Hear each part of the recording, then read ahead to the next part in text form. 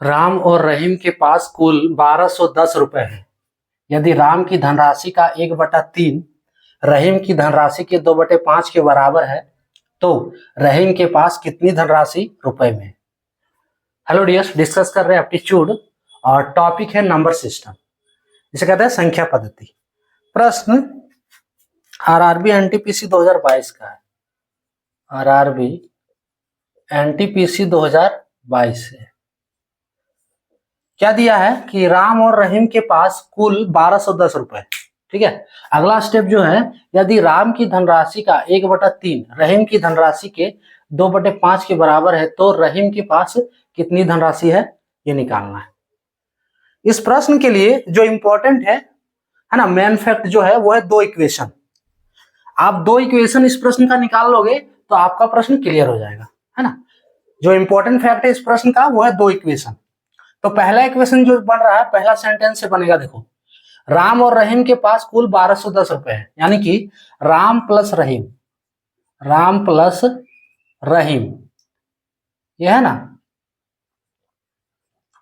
बराबर 1210, है ना, 1210 रुपए। चलो राम को हम नाम दे देते, कोई एक्स, नहीं नाम दोगे तो भी बन जाएगा, और रहीम को नाम दे देते वाई। ठीक है, राम बराबर एक्स मान लिया और रहीम को वाई, तो एक्स प्लस वाई बराबर 1210 रुपए। ये जो पहला इक्वेशन, ये पहला इक्वेशन जो बना है इस प्रश्न का। ठीक है, उसके बाद अगला इक्वेशन देखेंगे, तो इसको पहले सॉल्व कर लेते हैं। एक्स प्लस वाई बराबर 1210 रुपए है। हमको निकालना किसका वैल्यू है, रहीम का। तो रहीम को हम वाई माने, तो यहां से हम एक्स बराबर निकाल लेते हैं। एक्स बराबर क्या होगा, एक्स बराबर 1210 माइनस वाई होगा। आप चाहो तो इसको इक्वेशन का कोई नाम दे सकते हैं, इसको ए मान सकते हो या नहीं भी मानो तो भी कोई दिक्कत नहीं, आप पे डिपेंड है। क्लियर। अब अगला देखो, यदि राम की, जो दूसरा इक्वेशन बनने जा रहा है, यदि राम की धनराशि का 1/3 रहीम की धनराशि के 2/5 के बराबर है।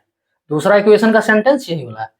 सो राम की धनराशि का 1/3, राम किसको है, राम बराबर एक्स मान है, तो एक्स की धनराशि का 1/3, राम की धनराशि का 1/3 देख रहे, तो एक्स का धनराशि का 1/3, यानी कि एक्स का 1/3। अब देखो, रहीम की धनराशि के 2/5 के बराबर है, यानी कि बराबर है किसके, रहीम की धनराशि के 2/5। रहीम किसको माने हैं, वाई, तो वाई का 2/5, ये दूसरा इक्वेशन।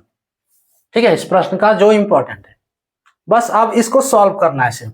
सो और x गुने 1/3 बराबर क्या होगा, y गुने 2/5। दिख रहा है, x/3 बराबर 2y/5, है ना। कैलकुलेशन हम हर एक स्टेप का कर रहे हैं, जो स्टेप आपको लग रहा है कैलकुलेशन के ज्यादा है, आप क्या उसको शॉर्ट कर लो ना, उस स्टेप को स्किप कर दो, डायरेक्ट निकाल सकते हो वैल्यू। आपका कैलकुलेशन जितना बेटर है, ठीक है, उतना ज्यादा कैलकुलेशन जो है छोटा होगा आपके लिए। सो और नहीं आ रहा है तो फिर देखो कैसे कैलकुलेट किया जा रहा है, उम्मीद है कि ये आ रहा होगा आप लोग को। सो कोना कोनी गुना, है ना, तो 3 गुने 2y कितना होगा, 6y होगा, बराबर 5 गुने x, तो 5x। ठीक है, अब देखो ये जो इक्वेशन में आया है x का वैल्यू, वो यहां पे डाल दो, इस x के जगह पे, तो डाल दे अगर, तो 6y बराबर x का वैल्यू कितना है, 6y बराबर x का वैल्यू 5। देखो x का वैल्यू 1210 माइनस वाई है, 1210 माइनस वाई।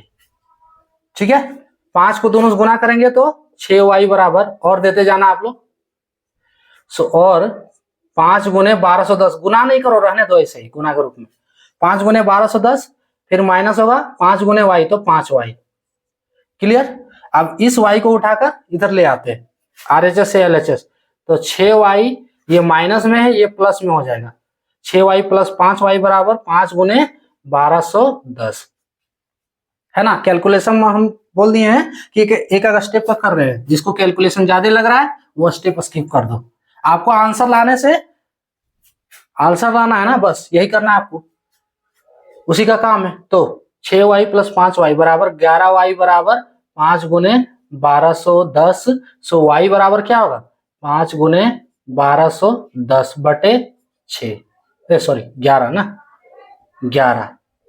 अब देखो कट रहा है तो काट दो, तो 11 से ये कट सकता है, 121 है यहाँ पे, है ना। सो कितना बार में, 11 बार में, 11 11 है 121 होता है। तो एक जीरो लगाना होगा। अगर नहीं आ रहा है तो ये डिवाइड करके आप लोग देख सकते हो खुद भी।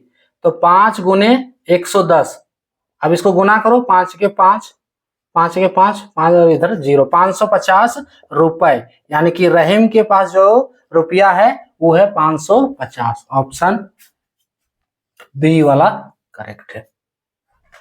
क्लियर? क्या की इसमें, देखो पहले इसमें क्या है, मेन है दो इक्वेशन, ठीक है, मेन फैक्ट इसका।